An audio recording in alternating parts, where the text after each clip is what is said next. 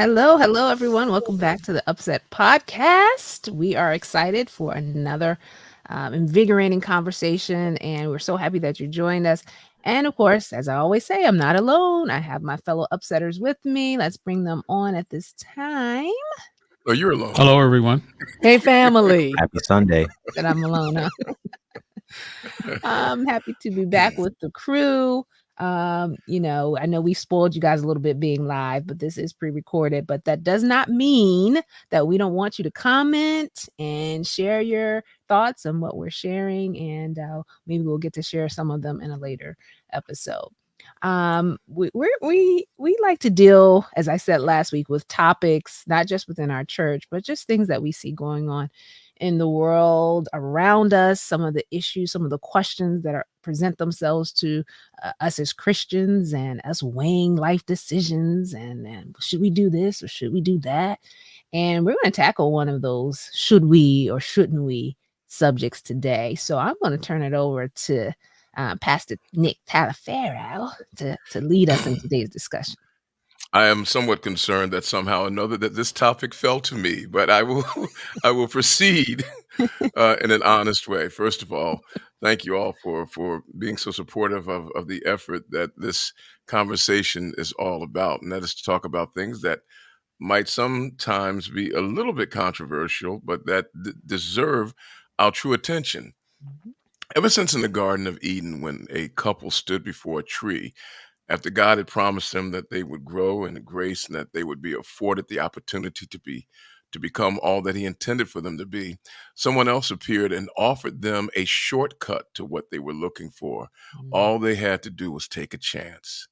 From that moment until now, mankind has been plagued by a desire to get something in the short term that supposedly would only come after a long-term effort, and that becomes a gamble. We want to talk about gambling today. We want to talk about gambling from the perspective of people who want to be stewards of God's funds and who want to maintain a character that will fit us for eternity, and to ask ourselves questions about gambling. There was a time when a gambler was considered to be a vice-filled ne'er-do-well. But now some of our greatest stars are advertising for us to bet on games, to bet on performances of players, to pretty much bet on anything that breathes, moves, or walks, or talks, or swims. We are a society that is deeply committed to gambling. At the present, they are stating that at least 80% of the population at one point or another gambles. It could be something as simple as going to the market and getting one of those little cards and scratching it and praying, or it could be something as detailed as finding a site online that allows you to bet in secret. The question that I would ask to the upsetters is, what does the Bible say about gambling? What does the church say about gambling? And then more importantly, colleagues, what do you say about gambling? Can we start with Kenny Rogers? You got to know when to hold it. How about this one? I got 5 on it. You got to know when to fold. Let me ask a question. Is gambling fun? Exciting? Exhilarating? Nick, I know we're talking about money, and I think we could talk about anything, but I didn't mention money. If you noticed that, I didn't mention money. Yes, your heart race. You know, there's an adrenaline pump. Okay. And you know, Nick, I gotta say this: when I first moved here, they had a fair. There was a fair. So it's not just lotto, really, right? But you know how you just throw those rings and you get around that you can get big. Yeah. So I paid like $2. I did that. I paid like $6. He said, "Hey, you can go again. I give you 6 more." I paid it. Said at the end of that, I spent $238, and I got a teddy bear that was probably worth $5, if that.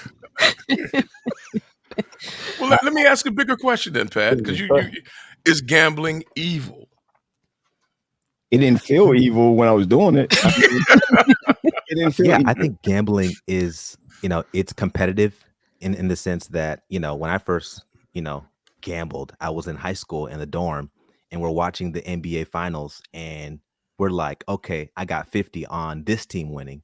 And if the team wins, hey, you get money. If they lose, you lose money. And that was a regular practice in the boys' You had dorm in $50 high in high school. school? Hey, listen, this is an Very SDA boarding resourceful. That's a academy, prep so we were school. privileged kids. Okay, But okay, I'm gotcha. just saying, you know, betting takes on many forms, and in that setting in which I engaged in it, it was competitive, and it was actually fun and enjoyable. Okay. Is it evil? And after that, perhaps we should turn to Charles to define what gambling is for us. No, we're not Not ready to to go imply there. anything, Charles. Nick, we're not ready to go there yet. Watching the game GP was fun because you knew that there was something coming or something that was going to be lost. Either way that you go down. Come on, if you grew up where I grew up, you know, they And roll. that motion looks too practiced right there, Pat. They're rolling dice, you know, on the corner. And we grew up with our parents saying, "Don't hang with them," or "Don't hang over there," because there's either going to be a fight right after, there's going to be a broken bottle right after coming after your jugular. This is the first recollection of what you know as gambling and throwing dice in the street, where we couldn't play Monopoly for a long time, Nick. Because it had dice that was a part of it growing up in the church. So you asked me if it's evil. I don't think gambling is evil. I think we've made it evil. Okay. I think it leads to evil. Okay. Yeah. I think it leads to evil because I remember I don't know. Let me read this. I know, Nick, you threw a question out there. You threw a question. So Charles, don't lose it. Don't lose it. Really? But listen, it said, this is Proverbs 13, verse 11. Wealth gained hastily will dwindle, but whoever gathers little by little will increase it, right? And what's the name of those little groups, you know, when they say, hey, you put $1,400 in, you know, you're going to put it in this. Boy. What is that called? What is it? The flower. Yes. Yes. So for me, you know, when I heard it and I was like, you know, and other people had done it and it was successful, I had to I got to do this. There was a rush, right? And I saw cha-ching. I saw money, you know, tripling and quadrupling, you know, and I saw it. And then when I lost, it's devastating. So you did enter it. I did. Ladies and gentlemen, welcome to Ministerial True Confession. It's good for the bones, right? It's good for your health, right? And here's the thing, Marlena. It sounded right. It sounded good. When you hear about all of those things, it starts to get the real you going. And when I say that, that's not even a negative thing, because we all want to provide, right? We all want to answer our Zoom calls. Yeah, answer our Zoom calls. Yeah, do that. From Runwell Solutions, I hope they don't call back. So, so what I'm saying out of that is that something that's in you it's really what comes out. Okay, so think about this. It's not that you're a bad person. You're thinking to yourself. I learned, I tell you that. No, but you start thinking about the things you would do with when that money comes up, and everything that you, you know, how it could help you later on. You don't think about how bad it's going to be, but I know. Isn't that how everyone thinks we're gambling? How I'm going to use this, you know, what I'm going to do, you know? Oh, that's what people think the same way about their salary. Charles, I'm sorry. Charles' salary? Hold on. Charles' salary? Whose salary are you talking about? No, I think he just... I got to pay bills with my salary. That was a crossfade there. That was a crossfade. Well, I think the first gamble started in the garden, you know. He said, you won't surely die. Just take a bite. Yeah, you won't surely die. You know. And if you go to the casino, it's like, you won't surely lose. But you will.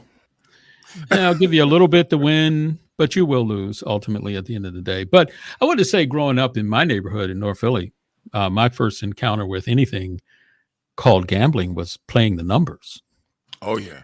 And my parents used to play the numbers all the time. And, you know, we had people on our street that, you know, played almost everybody. All my neighbors played the numbers, you know.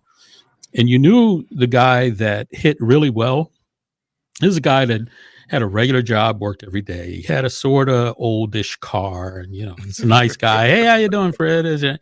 Now suddenly he has a long Cadillac and a boat where there is no water, but he's got this new boat, and he's parking all of this on the street.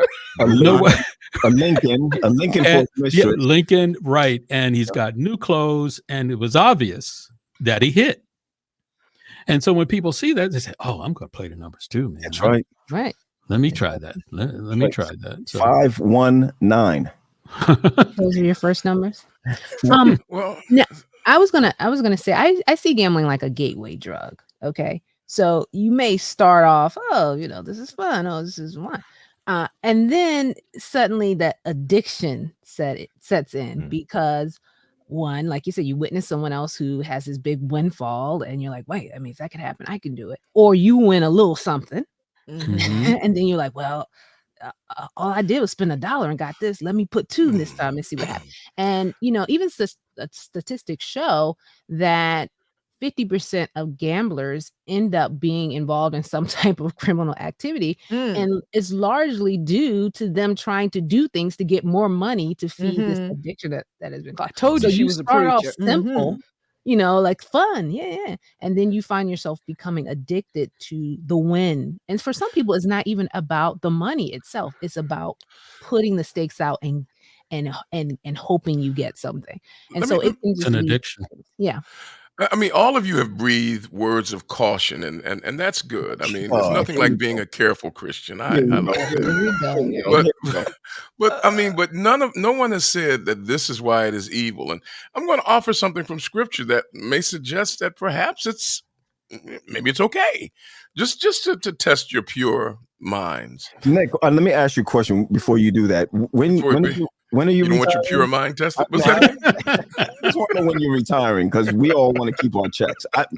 Go ahead, though. Go ahead. I mean, now the reason why most people say that gambling is bad is because it depends on chance, correct? I mean, instead of God. Sure. The wise man says in Ecclesiastes 9, verse 11, I saw something else under the sun. The race is not, you all know this text. I'm preaching to the choir. The race is not to the swift, nor the battle to the strong, neither is the bread to the wise, nor the wealth to the intelligent, nor the favor to the skillful. For time and chance come to all. I mean, when you think about it, I mean, the Bible even sets it forward. When Judas committed suicide and they were short one apostle, they pulled out a device that could commonly be called gambling, and that is they cast lots and they came up with Mattathias, who was subsequently never heard from again, but they did choose him. I mean, so it appears to me that the Bible allows and opens a door to using chance as a way of Is that synonymous with voting, though?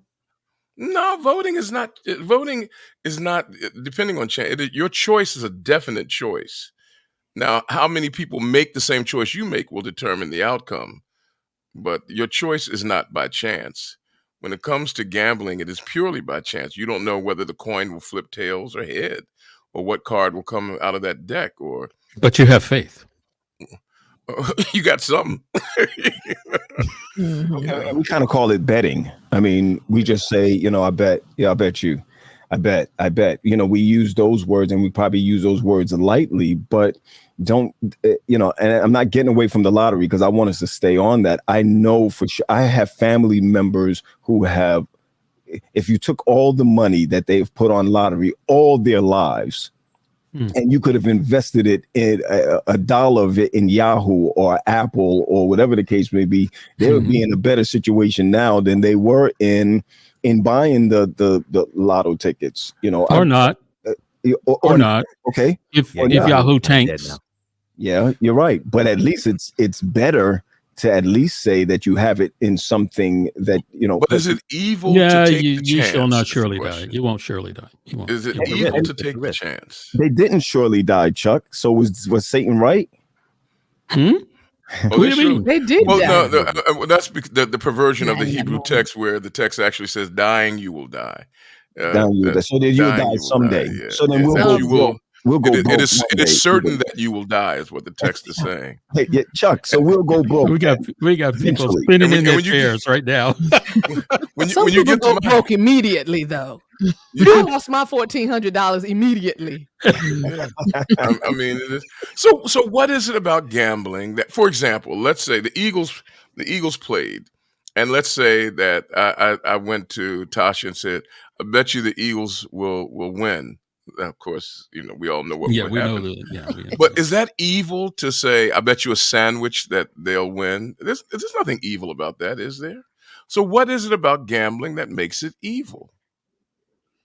I think Tasha alluded to it, the addictive nature of it. Yeah, the addictive nature. And discontentment. Right. And the other spinoffs from that addiction, broken up families, houses going, cars. Only 8 to 12% of all people who gamble will become problem gamblers, will become addicted. 8 and to that speaks to 8 to 10%. That's only 8 to 10% will become addicted. There are people who can play the lotto and win and turn around and never check it again. There are people who will walk into or sit at a blackjack table.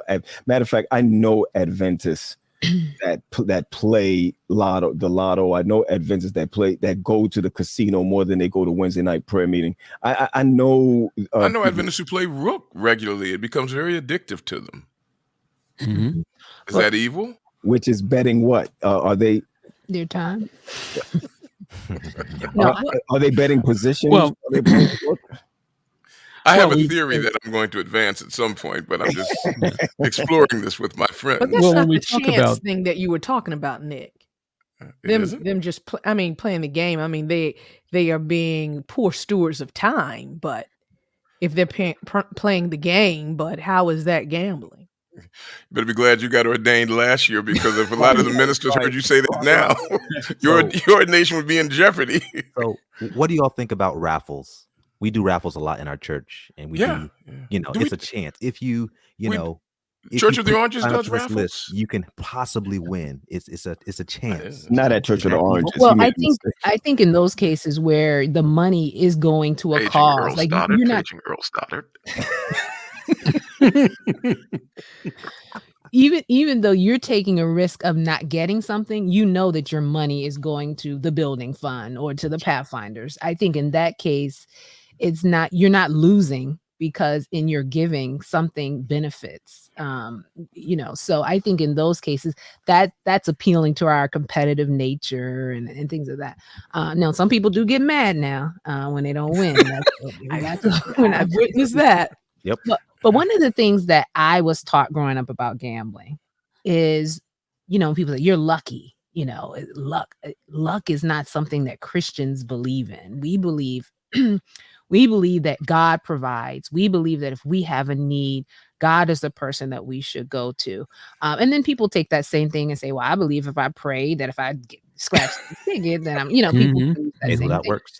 And it's really, to me, a heart thing. We know why we're doing something. We know where our belief system really is. We know that we're doing this lottery ticket because we prayed to God already for 2 years. He hasn't blessed me financially. I'm losing faith in that. And so now I have to take matters to my own. And we're really honest about why we're doing it. That's going to be the barometer that we're using to determine whether it's okay or not. Clear motives. Okay. Yeah. Well, listen, if I was in a raffle, this is the truth. I know Pat Graham. It's not me giving money to the raffle, to the organization. For me, it's when they call that, hey, GP, when we were over at GP's at Church of Orange, they had a great community service over there, and they had raffle tickets for those who came in. But man, when it was time to call out, they gave away like 12, 13 brand new Dell computers. Wow. And they were calling out the numbers as they were calling out. Now, everybody's heart was racing when you call the first two numbers that everybody has. Everybody has the first two numbers, right? And then when you call them out, not only did the winners come through, but you saw the disappointment in the others. There's two that you got to look at there. How do they feel? And some of those who walked away was like, oh, she go to that church, or he go to that church. He didn't go to the community, or whatever the case may be. I mean, it causes, it can bred some kind of. This was one of our churches. Absolutely. Yeah. I want to make sure I understand something here. Church of the Casino. Yeah. You want the address? You want the address? The church actually, I didn't know we did. And GP disappears. GB is gone. GB is gone. Yeah.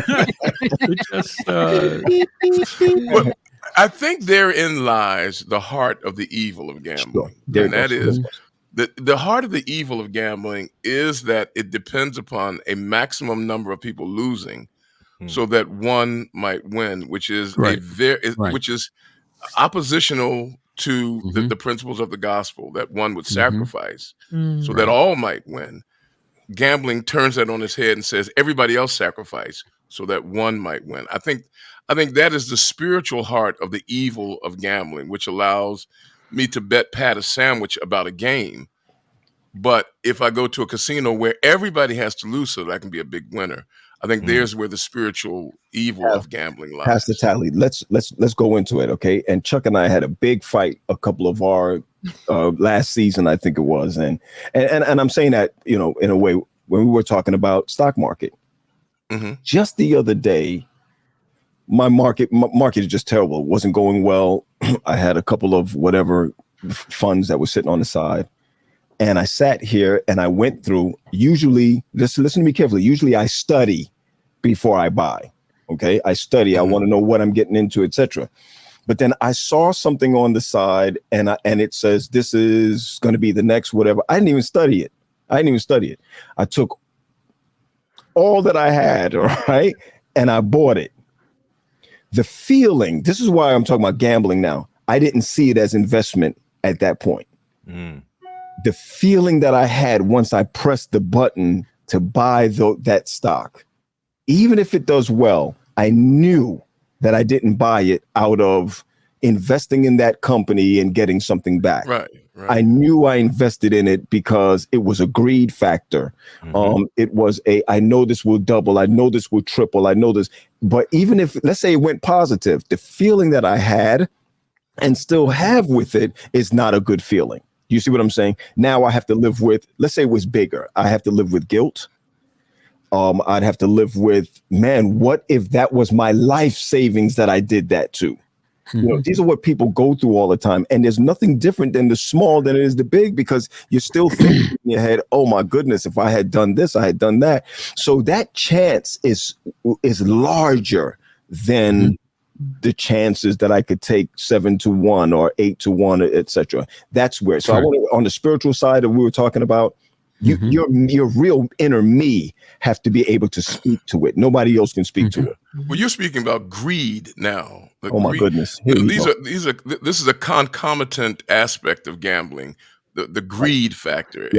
But gambling is not the issue in this case. Don't say the word greed like that at me, preacher. Say it a little bit different when it comes to confessions. We're talking about Marlena. Isn't that what I preached about before? You're gonna come at me. I'm already hurting because hold on one second. I'm sorry. I'm already hurting. You did preach that. I didn't mean. I'm sorry about that, Pat. We're talking about avarice. but I don't know that word, but that's me. I mean, and I think that is always a motivation in asking. For example, now many people say, well, stock market is gambling. No, stock market is chance. Gambling depends on, and for the sake of this discussion, gambling depends on a majority losing so that I might gain. Chance is different. You know, because in the stock market, people don't have to lose for you to gain, because you have a product that you are selling or a service that you are selling. And if more people buy the service, nobody's losing, but you're still gaining. Gambling is you all have to lose so that I can win. And that's a slight difference right there. And how you're saying godly? So you're saying investment is you're investing in something. They both have chance as an element. Sure. But one says that others must lose, that the gambling at its most in that scenario, Nick, who's losing? Who's losing? In that scenario you just gave. No. Nick, investment. Who's losing? Don't fall into Chuck's hands. Don't go. He's gonna hit you with see the glow. I mean, this is in gambling. Okay, let's say a card game. Let's say all of us are playing poker. You all have to put your money up so that my Right. 3 queens and 2 aces take the pot, and so you all will lose. How you know about that? Because he's been gambling. GP told me. GP was telling You're me. right. You're right. He said, GP says as soon as he didn't win that computer, he went to the so Really? but so that in the lottery, for example, the lottery works like the numbers. Everybody has to play their number, hopefully losing, so that my 007 will win. So gambling in that form, and it's in its purest impure form, how you like that for a turn of a phrase, depends on others losing so that I might win. It's turning the cross upside down. That's what makes gambling so evil. if you invest, what I'm getting from you is that you invest in something, a venture, a company, whatever. You are investing, hoping that their growth will give you a return. Yes. Yeah. And the chance is, if they tank, you're all out on the street. Yes. It's If a you get it, chance. unless you get out early. It's a chance. Correct. Yes. And we know how that happens. In your even greed, if you Congress. research it. What's the You other pull out word? the right That was so time. gigantic. What was that? What's Avaricious? Yeah, whatever that was. But you know something, and you know what? I go again to this. Our church is in the stock market, right? Very much so.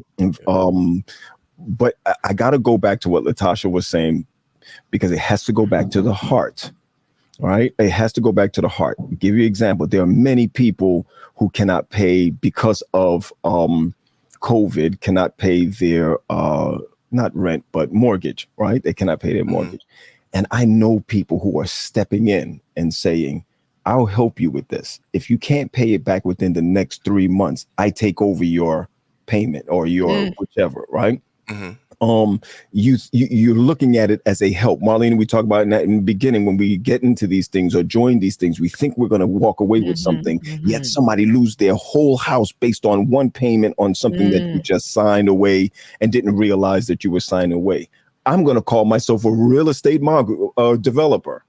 I'm going to call myself that. But really, is that where my heart is, to see people on the street, to see people hurt, but yet I'm investing, or am I gambling? I got one more. If I buy a house in an area that I thought would have boomed, but then all of a sudden it didn't, a school popped up next by, you know what I mean? Or a halfway house popped up next door, and all of a sudden your value goes down. We have to be able to know what our mindset is before we scratch off $1 or before we scratch this off, because that's not the sin. The sin is before you play, or the sin is, I think Nick said it before, it's what drags you to it. Because I don't know if I had a $10 million, if I'd like, you're not going to see me on this show next week. See, here's the thing. What we're talking about, there's several different aspects. One is you talk exploitation. Sure. Okay. Oh, okay. You're right. You're right. Exploitation exploitation becomes the grasping hand out of the sleeve of greed. I want money, and I'm going to exploit you to get it. And I'm depending on chance to make it all actualize. So there's several elements that come about when we talk about gambling as an evil. What we're talking now is about an institutional construct that exists for a maximum number of people to lose, so that a minimum number of people can win. It turns the cross upside down. It reverses the heart of God. Welcome to America. Indeed. Indeed. Now the others, capitalism at its best, but go ahead. And Christian principles may teach you to stay away from that. It does. Because of what it leads to. I mean, Christian principles say that my motive should be to give, preferring others above myself, doing unto others as I would have them to do. Therefore, I'm not going to engage in an activity that will exploit others so that I might have gain.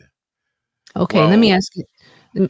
Stop right there. I want to. You said that, and I know we've talked about this, but there have been times where people have gambled. They, like Pat, they may have had remorse, but they won. Okay, they have this money in hand, but now they realize the principle that you just talked about, Tally, and they want to make it right. Send the money to me. I'm about to say that. Yes. And that's and some of them want to give to the church. They recognize, you know what, I shouldn't have done this. I have benefited. I have the money now. Let me give it to the church. Let me give it to this organization. And some of us want to refuse the money. No. Because of how it was obtained. How do we reconcile that? The wealth of the wicked is stored up for the righteous. That's how you deal with that. So thank you very much. Mark 3, verse 17. That is a true scripture. It is true. I mean, it's very true. I mean, you know, when you consider for Citibank, as we found out the other day, established its wealth, and many people are making wealth from Citibank, stealing it from Haiti. I mean, that's right. You know, sometimes you start from where you are, you know, and if a better example is this: white Americans have a greater level of wealth than Black Americans because of the disenfranchisement of Black people and the inequities heaped upon Black people. They can't, you know, they just can't take all their money and go throw it out in the street and say this was ill-bought gain. You start from where you are. You try to work towards equity and fairness and justice. And if if Pat has won a lot of money gambling, then, you know, he has to figure out how can he do a righteous thing with what exists for him now. I'm figuring. I agree with that. Yeah, some people believe that money in and of itself can be evil. I'll never forget 2010 when our group won the sing-off on NBC, and we got a cash prize of $100,000. And someone sent me a message on Facebook, please do not accept that money from that show because 100,000 divided by 6 members is $16,666.66. And with all those sixes, you can't do not touch that $16,000 because of all those sixes. What did you do, Pat? I mean, Justin. I laughed. Don't say Pat. You did take that money, right? I paid my tithe, paid my taxes, and did what I wanted to do. But people really believe that money in and of itself can be evil. It's ridiculous. Wow, that's amazing. I literally have been at a church where the evangelism funds came from a person who gambled, and they didn't want it. The church didn't want it. Something wrong with them. But people will. I'm glad you didn't say the name of it. If a drug dealer came in your church, a drug dealer comes in your church, and this is all they come in your church, they give an offering. You're not going to take it? I don't know they're a drug dealer. They probably say they are. They get up and give a testimony before they give the offering. But listen, we're all wicked. We're all sinful. But Jesus takes our money and he uses it. Nick, this is where Nick, this is where you step in and said, "You're evil, Marlena." I'm saying that we are all sinful. Yeah. So if we're choosing people's sins and we're not going to take monies because of that, something is wrong. Then we would have no money. Well, I had a heated discussion years ago in my church, many years ago, on the subject of gambling. And someone says, well, isn't tithe gambling? I said, wow. Well, so unpack that. I said, well, Lord asks you to return 10%, and he will, return to you many things. And one person chimed in and said, I've been paying my tithe from day one, and I don't have a dime more than I had when I started. And and this one person, just being, devil's advocate, they said, well, yeah, I pay my tithe, but nothing's happened. That's what happens when you teach folks to pay the 10%, but not what to do with the 90%. Or that the increase is just money. Let's just take a commercial break right here and tell everybody we are having a show coming up on tithing, and I want you all to be a part of it because I think we have a misconception of tithing, and I got where you were coming from, Chuck, because it goes both ways. Yeah. Some are paying it, some are paying it. Some are paying it. I never thought. Here's where my thought process have always been with that. I don't use God as a financial playhouse. That's right. To me, he only asked me for a little bit. That's right. Which belonged to him anyway. So you're returning it. Right. Not only is the 10 his, but the 90 is his. So, right. the real, anyway, we'll talk about that on our next. It's attitude of the heart. It boils down to attitude of the heart. Yeah. But I go back to this. I'm coming, GP. The reason why I want to go back to this, because I want our listeners to know that even if you could go left or right with your thought process, and I think Nick started with this, our whole life is chance. What we eat is chance. Our friends is a chance. Everything we do in life is chance. We're gonna put out the lotto and say, oh, you shouldn't do this, when there are a whole lot of decisions or bets that we make every single day that don't come to fruition. Right. So again, it's the condition of the heart that we need to be able to think about when it comes to things like this. Why? God gives us everything.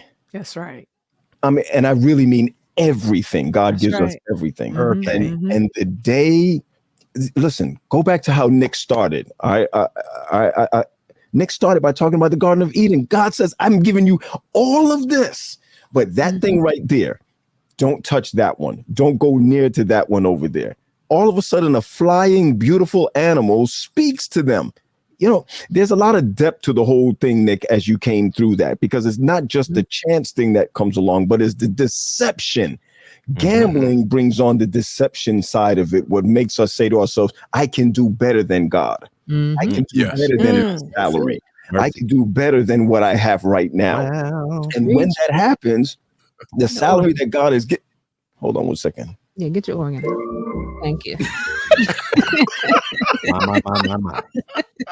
No, but I'm feeling it now, Nick. I'm feeling it now the way you started, because we all hate you the way you start stuff off, and we'd be like, "Oh boy, here we go." And we all around, you know, we were afraid for you to begin this, but now, no. All jokes aside, I'm saying, don't tell the people that. Don't tell them. We love Nick past December. I'm saying I've learned something from us talking here today. Yeah. The biggest word that I took away from this is deception. That's what I took away from it. Exactly. And others losing. I think that's right. You know, others had to lose in order for me to gain. And I was so glad you pointed that out, because the conference, one time we had a drawing. Treasury was doing a drawing for those churches that completed their safety inspections, and we had a live drawing, and I was all excited, and yes, all right, pulling out names and reading names. You won $250 towards your church upkeep. You won 200. And then I went back, sat down at my desk after we went live, and I realized that someone had commented on Facebook, I can't believe our conference is gambling. And I was like, what? You know, it's just like, you know how you felt. It was hard for me to write that too. And I felt so bad, you know, because we were so excited. We were able to give back to churches and help, and the heart was in the right place. And then someone saw it as us gambling. But when I hear your definition, no one lost. No one lost anything. No one had to do something in order for those churches to be recognized. So it's very important to understand. Chance is exciting. I mean, it is. You know, we all love a good mystery that we watch on television, a whodunit. Right. I mean, chance is exciting. It's the evil of gambling is not the chance, because time and chance come upon us all. The evil of gambling is the fact that at the end of the day, bodies will litter the ground and blood will be spilled on the floor so that I might have a windfall. Wow, Nick, I was just going to say, you know, dating is gambling. But then when you said that last part, it's according to how you date. If bodies are on the floor and blood's on it, that's the kind of date you have. I don't judge. But I just raise the text right now. United States gambled with $14 trillion for 20 years in the lives of men and women who no longer are with their families. And at the end of that gamble, we lost. That's right. GP, I just wanted to raise a text. 1 Timothy 6 verse 10 says, "For the love of money, the love of money." Oh, it's the love of money. The love of money is the root of all kinds of evil, and some people craving money have wandered from the true faith and pierced themselves with many sorrows. Yep. Mhm. Yeah. Well said. You know, True. and I want to say this, those who are listening, we have a couple of listeners here that are millionaires. And the way we treat them in the church, we know they're millionaires only when we need something. Mhm. Right? Do we go to them, or can you go ahead and supply us of this, that, and the other? Otherwise than that, Yeah, and you're taking a chance. yeah, okay. Well, Chuck, that's for sure. You take Because it's a no. It's over. Well, let me say to them right now, if you listen to their names, don't say no to me. But the point I say is that I know some people will look at them and say, how did they get their money? And how did they do that? I guarantee you they did this with their business and that with it. Nick said it right. There's a chance. God wants us to be the head and not the tail. The majority of us won't have, because we will lose or leave God once God has given us too much of the abundance of the open window. So I'm gonna go back to Chuck with this, even before our next show that's coming up. I hope is the next one, producer, that's coming up with Tide, is that I would rather not have one dime than to know that my tithe has given me great health. Mhm. I mean, think about it.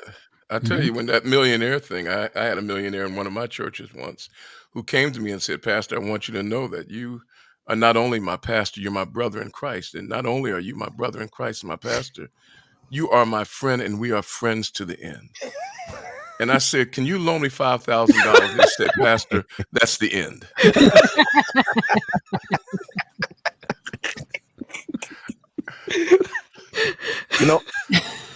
This is the first. My chest started hurting on that one. And I love you, Nick, but I knew this was going somewhere. That's right. I knew it was going You somewhere. were crazy. Well, I think ahead. GP really kind of put it where it Yeah. needs to be. It's the love, Mhm. the love of money, because there are Right. people who envy folk who have nice cars, big houses, boats, yachts, and all, and we envy them, and because we want to be like them, and we will use money to try to be like them. Well, in a future show, we'll get to talk about illusions and delusions. We're faced with it all the time. You're told what shoes to wear, what cars to drive, because this person is doing it, looks like you, and then you just go into this cycle spin of greed. But it really does boil down to the love of money. Mhm. Yeah. Mhm. Well, as And we what you land, will do for that love, forget it. Right.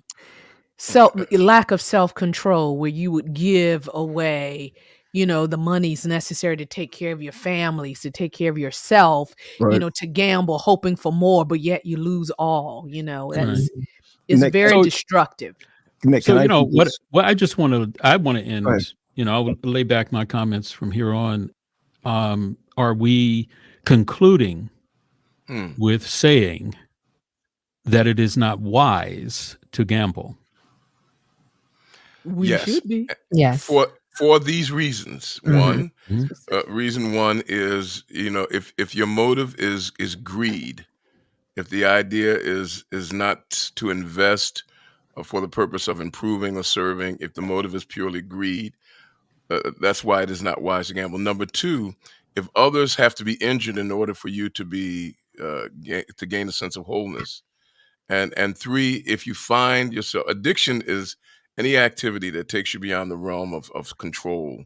If you find yourself being led into activities and actions over which you are discovering less and less control, these things make it unwise to gamble. Thanks, Nick. I appreciate that. And the reason why I say that is because before we went off to college, that's one of the things my mom sat down with all of us and talked to us about. The addictive spirit that's within our family line. Everybody has a line, a generational curse. And I don't want to give the devil the credit, but one of the things she said to us is addictive spirit. Be careful. And what I ask God today out of this, I know we like to, we have a great time on our show, but I'm asking God for discipline. Not to think about the lottery, the stock market, how I treat each other, friends, the bets every day. You know what I mean by that. But God, give me the discipline to know that you come first. and or an old Adventist word, temperance. Oh, amen. And if I might add, what I learned from my little thing there that I did with that little flower program is that all that we need comes from Christ. And I want you to understand what I'm saying. That God will bless you financially. He'll bless you physically. He will bless you in so many other ways. There's nothing wrong with being rich, because when you use what God gives you for his glory, he's going to give you more and more and more. I mean, that's what the parables and all talk about. But I learned face fact, when I heard I could get a lot of money, that I was thinking I could pay bills, I could do this, it was attractive to me, it lured me, it drew me in. But then as it was saying, you others have to lose. So if I'm thinking I'm bringing others in, everybody has to work, for this thing. But in the end, somebody loses. And so I learned, be content with what I have and be faithful to God, because God will give me more. He will supply my needs. And I have learned, and with joy, to whenever God gives me something, I give back to him, and I've seen him give more and more and more. And so I wasn't one of those rich people that Pat was talking about, but but God takes care of me, and so I just want to say that to each and every one of you out there. I'm one of those people. If you tell me I have a 1 trillionth opportunity to win with the lottery, and I know if I give my $1, if I keep my $1, it's going to add up. If I give my $1 to this thing, and I know I have no opportunity of winning, I'm not going to give my $1. And so if we could just be wise, be content with what you have, be faithful to God, God will supply. He'll give you wisdom and how to get money and how to build wealth. God will give us wisdom. That's just what I want to share. Thus ended the lesson, brothers and sisters. Tasha? Yes, thank you all for the dialogue. Even with this, we understand that gambling is a serious disorder. And so if someone who is watching this, maybe you're struggling with it, maybe you are someone who has recognized that you are addicted, there is a website that you can go to that can give you tools to address your gambling addiction, addictioncenter.com. It's important to get the help that you need. We don't want to see any more families or lives destroyed by gambling. So please seek that out. Justin was pointing dyslexically in the direction. Yeah, he's pointing all over. I was struggling, man. Yes. Always a pleasure, folks. Yes, and indeed. Don't forget, email us if you have any comments you'd like to share that we can share in another episode. But thanks as always for tuning in to the UpSet podcast. Continue to follow us, and don't forget we're on all the podcast platforms as well. Go ahead and subscribe and download there. All right, guys, thanks again for another lively discussion, relevant discussion, and we'll see you all next week. This was fun, guys. Bye, guys. It's great. Bye-bye.